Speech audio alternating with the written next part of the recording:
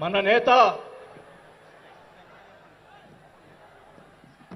జనసేన రాష్ట్ర అధ్యక్షులు మరియు డిప్యూటీ సీఎం గారైన పవన్ కళ్యాణ్ గారి పిలుపు మేరకు ఈరోజు 12వ ఆవిర్భావ దినోత్సవానికి వచ్చేసినటువంటి జనసేన నాయకులకు, కార్యకర్తలకు, మహిళలకు, వీర మహిళలకు, ఇక్కడికి వచ్చినటువంటి వేదిక అలంకరించినటువంటి పెద్దలు, మంత్రివర్యులు మనోహర్ గారికి, అలాగే దుర్గేష్ గారికి, పెద్దలు, నన్ను పార్టీలో చేర్పించేదానికి ముందుకు నన్ను తీసుకొచ్చినటువంటి వ్యక్తి మా నాగబాబు గారికి, అలాగే వేదిక అలంకరించినటువంటి ఎంపీలకు, ఎమ్మెల్యేలకు, జనసేన నాయకులకు అందరికి కూడా ముందుగా నమస్కారాలు తెలియజేసుకుంటా ఉన్నాం. మీరందరూ కూడా 12 ఆవిర్భావ దినోత్సవాలు జనసేనకు సంబంధించి అటెండ్ అయి ఉంటారు. కానీ నాకు ఇది మొదటిది. అసలు బాలినేని శ్రీనివాసరెడ్డి అనేవాడు వైసీపీ విడిపోయి బయటికి వస్తాడా అనుకొని చాలా మంది మాట్లాడినటువంటి పరిస్థితులు ఉన్నాయి. నాకు క్షమించండి కొద్దిగా, ఎందుకంటే మొదటిసారి కాబట్టి ఒక 5 నిమిషాలు తీసుకుంటాను. దయచేసి మనోహర్ గారు క్షమించాలని కోరుకుంటా ఉన్నా. మొదటిగా నాకు రాజకీయ భిక్ష పెట్టింది రాజశేఖర రెడ్డి గారు. రాజశేఖర రెడ్డి గారు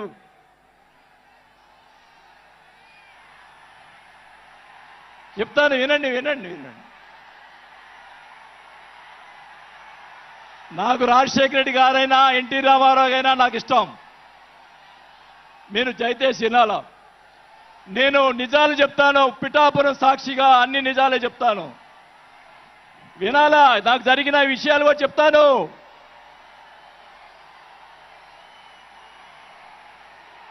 ఆ తర్వాత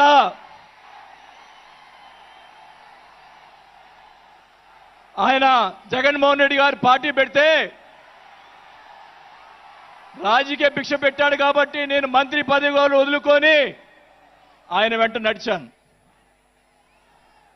నేను 4 సంవత్సరాలు, మనోహర్ గారికి తెలుసు, 4 సంవత్సరాలు మంత్రి ఉంది నాకు. అయినా కానీ నాకు రాజకీయ భిక్ష పెట్టాడు కాబట్టి, మానవత్వం అనేది ఉంది కాబట్టి నేను ఆ రోజు ఆయనకి తలిచాను. కానీ ఏం జరిగింది, నాకు మంత్రి వదిలిపెడితే మంత్రి ఇచ్చి మంత్రి తీసేశాడు. అవన్నీ నేను కూడా బాధపడిన, నేను మంత్రి అనేది ఐ డోంట్ కేర్. ఆ రోజు 4 సంవత్సరాలకే వదిలిపెట్టాను. నేను ఒకటే చెప్తా ఉన్నా, మన వంశీ గారిని ఆయన చెప్పాడు కదా, మన ఈయన సినిమా యాక్టర్, ఆయన పేరేంటి, పోసాని మురళి గారు, వాళ్ళని అరెస్ట్ చేస్తే ఈయన పోయి జగన్మోహన్ రెడ్డి గారు పోయి వాళ్ళని పరామర్శిస్తాడు. నేను ఒకటే చెప్తా ఉన్నా,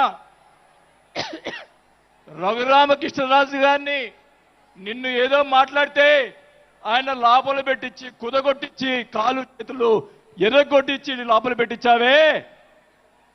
17 సంవత్సరాలు ముఖ్యమంత్రిగా చేసినటువంటి చంద్రబాబు నాయుడు గారి కుటుంబాన్ని, భార్య గురించి మాట్లాడితే వాళ్ళకి బాధ కలగదా అని అడుగుతా ఉన్నా. ఆ రోజే నేను ఖండించాను, నేను అసెంబ్లీలో ఆ రోజే. అలాగే మన నాయకుడు పవన్ కళ్యాణ్ గారు, ఆయన గురించి మాట్లాడావు పోసాని మురళీకృష్ణ గారు. ఆయన కళ్ళైరు చేస్తుంటే లక్షలాది మంది జన సైనికులు నీకు తుప్పుగా రాలగొట్టేవాళ్ళు. ఆయన మౌనం వహించారు. నేనైతే చెప్తా ఉన్నా, కుటుంబాన్ని అలా మాట్లాడారు కాబట్టి వాళ్ళని 9 నెలలు, ఇంకా 9 నెలల తర్వాత అరెస్ట్ చేశారు. నేనైతే గవర్నమెంట్ ఇచ్చిన మరుసటి రోజే లాఠీతో రాలగొట్టించి లోపల వేయించేవాడిని కూడా ఈ సభకు అర్థం చేసుకుంటా ఉన్నా. చేసినటువంటి దుర్మార్గాలు ఎక్కడ పోవు, దుర్మార్గాలు ఎక్కడ పోవు. ఒకటే చెప్తా ఉన్నా, నేను 5 సార్లు ఎమ్మెల్యే 2 సార్లు మంత్రి అయినా కూడా నేను ప్రతిపక్షంలో ఉన్నప్పుడు కూడా మన నాయకుడు పవన్ కళ్యాణ్ గారు వైసీపీని ఒకరోజు అందరినీ తిడుతూ ఒక బాలినేని శ్రీనివాసరెడ్డి గారు లాంటి మంచి వాళ్ళు ఉన్నారని చెప్పి ఆ రోజు చెప్పిన రోజే నేను జనసేనలో చేరి ఉండాలి అని కూడా తెలియజేసుకుంటా ఉన్నా. ఆ రోజు చేరకపోవటం నా దౌర్భాగ్యం. నేను ఈరోజు చెప్తా ఉన్నా, స్పీచ్ 9 నెలలు అయిపోయిందమ్మా ఇవ్వటం, అందువల్ల గొంతు ఇది అయిపోయింది. దయచేసి నేను మీ పిఠాపురం సాక్షిగా నిజాలే చెప్తా ఉన్నా. గవర్నమెంట్ వచ్చిన తర్వాత చిన్న చిన్న కార్యకర్తల మీద కేసులు పెట్టి లోపలేశారు. వాళ్ళని కాదండి లోపలేయాల్సింది, కోట్లు సంపాదించున్నారు. వాళ్ళని ఇంకా లోపలేలా, అదే నా బాధ. స్కాములు చేస్తున్నారు, కార్యకర్తలు పట్టించుకోలేదు. కోట్లు సంపాదించి ఈరోజు రకరకాలుగా మాట్లాడుతూ ఉన్నారు. పవన్ కళ్యాణ్ గారి గురించి మొన్న మాట్లాడాడు జగన్మోహన్ రెడ్డి గారు. ఏదో కౌన్సిలర్ అన్నాడు, ఏదో అన్నాడు. అయ్యా జగన్మోహన్ రెడ్డి గారు, మీ నాన్న దయతోటి నువ్వు ముఖ్యమంత్రి అయ్యావు, మీ నాన్న అంత అడ్డు పెట్టుకొని. మా నాయకుడు ఇప్పుడు జనసేన నాయకుడు పవన్ కళ్యాణ్ గారు స్వశక్తితోటి ఈరోజు లక్షలాది మంది అభిమాన పాత్రులు అయ్యాడని గుర్తుపెట్టుకోవాలని కూడా తెలియజేసుకుంటా ఉన్నాం. మీ నాయనతోటి వెనక ఒకసారి ముఖ్యమంత్రి అయ్యావు, ఇంకా చూద్దాం. నేను ఒకటి కూడా చెప్తా ఉన్నా, నేను పవన్ కళ్యాణ్ గారిని కలిసినప్పుడు రాశారు చాలా మంది, కొన్ని పత్రికల్లో మీడియా వాళ్ళు రాశారు. ఏం రాశారు? బాలినేని గారు చాణక్యుడు కూటమిని విడగొడతాడని చెప్పి కొన్ని పత్రికలు రాసినాయి. నేను అనుకున్నాను, నా వల్ల పవన్ కళ్యాణ్ గారికి ఏ ఇది రాకూడదు.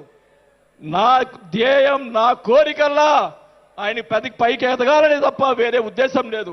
నేను ఆయన కలిసినప్పుడు ఒకటే అడిగా, అందరూ అనుకున్నారు ఎమ్మెల్సీ ఇచ్చి మినిస్టర్ ఇస్తారని చెప్పి కొన్ని ఇతర పత్రికలు రాశారు. నేను ఆయన ఏమీ అడగలేదు, ఒకటే అడిగా, సార్ మీతో నాకు సినిమాలు తీయాలని సార్ అని అన్నా. నా కోరిక అదే సార్. నేను 5 సార్లు ఎమ్మెల్యే అయ్యా, 2 సార్లు మంత్రి అయ్యా, చాలు నాకు ఇట్లాంటి బూతులు తిట్టే రాజకీయాలు మాకు వద్దు సార్, మీతోటి ప్రయాణం చేస్తా. జనసేనని నా సాయశక్తులా నేను చేయగలని. మా జిల్లాలో 6 నెలల తర్వాత కార్పొరేట్లను చేర్పించాం. మీరు ఛాన్స్ ఇవ్వండి, మా జిల్లాలో జిల్లా పరిషత్తు అన్నీ కూడా జనసేన చేస్తానని కూడా భాగంగా తెలియజేసుకుంటా ఉన్నా. మాకు ఇవ్వండి ఛాన్స్.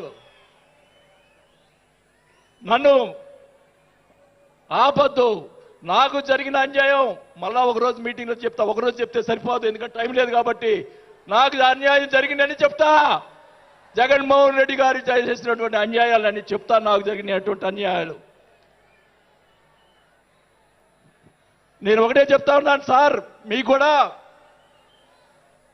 దయచేసి జనసేన కార్యకర్తని చూస్తున్నాను. అన్ని నియోజకవర్గాల్లో ఎమ్మెల్యేలని చాలా మంది గెలిపించారు, కార్యకర్తల్ని జనసేన వాళ్ళని పట్టించుకోవటం లేదు.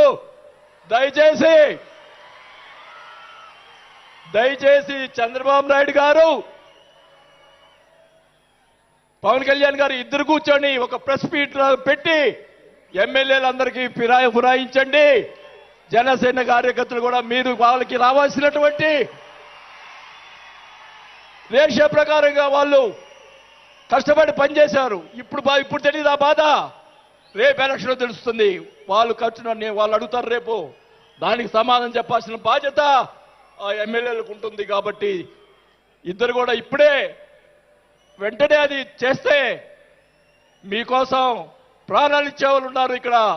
అలాంటి వాళ్ళని మనం కాపాడుకోవాలి. కాబట్టి మీరు అంటే నేను ఇలా మాట్లాడుతున్నానని అనుకోకుండా మన నాయకుడు బాగుండాలని కోరుకోవాలి.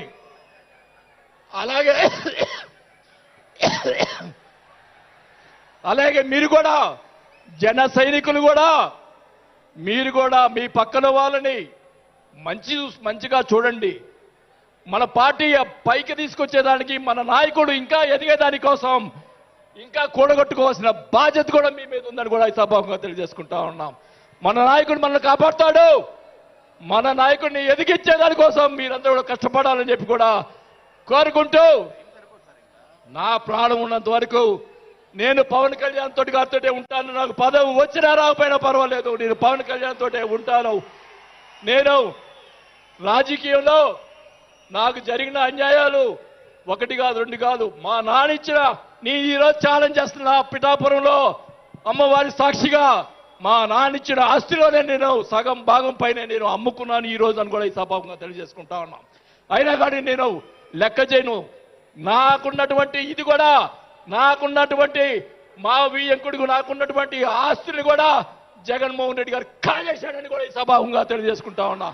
కాబట్టి అది త్వరగా మీరు చెప్తాను. అవన్నీ కూడా తెలియజేసుకుంటూ ఈరోజు మీరు నన్ను దయచేసి ఇప్పుడు ఈ మాట్లాడిన దానికి ఇంకా రేపు ఒకటే కౌంటర్లు వస్తాయి నాకు తెలుసు. ఛాలెంజ్ చేస్తున్నా, నేను ఇది కూడా ఛాలెంజ్ చేస్తున్నా. చంద్రబాబు నాయుడు గారు కూడా అడుగుతా ఉన్నా, మొత్తం మొన్న జరిగినట్టు ఉన్నటువంటి ఎమ్మెల్యేలు అందరి మీద ఎంక్వైరీ, నా మీద కూడా సహా ఎంక్వైరీ చేయండి. ఎవరు అన్యాయం చేశారో, ఎవరు తప్పులు చేశారో, ఎవరు కోట్లు సంపాదించారో మొత్తం బయట పెట్టాలని కూడా ఈ సభాగా తెలియజేసుకుంటా ఉన్నా. ఈ ఉక్రోషం, ఈ బాధ నాకు తెలుసు, మా కుటుంబానికి తెలుసు. మా కుటుంబం ఎంత ఇబ్బంది పడిందో నాకు తెలుసు. కాబట్టి పవన్ కళ్యాణ్ గారు ఆయన ప్రతిపక్షంలో ఉన్నప్పుడు కూడా బాల్యం లాంటి మంచి వాళ్ళు అని అన్నప్పుడే నాకు ఆ రోజు నేను చేరుండాల్సింది పవన్ కళ్యాణ్ గారిని. కానీ ఈరోజు అది నాకు ఆ రోజు రాత బాగాలేదు కాబట్టి ఈరోజు ఇలా ఉన్నాను. నాకు పోయినా పర్వాలేదు, కానీ నేను ఆయన సేవ చేసుకున్నాను. కానీ నా కోరిక, నాకు రాజకీయ పదవి వచ్చినా కాబట్టి నాకు ఒక కోరిక ఏంటంటే పవన్ కళ్యాణ్ గారు నాకు మాట ఇచ్చాడు సినిమా తీస్తానని. ఆ సినిమా తీస్తే చాలని చెప్పి కూడా శ్రీబాబుగా తెలియజేసుకుంటూ సెలవు తీసుకుంటున్నా. జై జనసేన. గౌరవనీయులు తెలంగాణ రాష్ట్ర ఇన్ఛార్జ్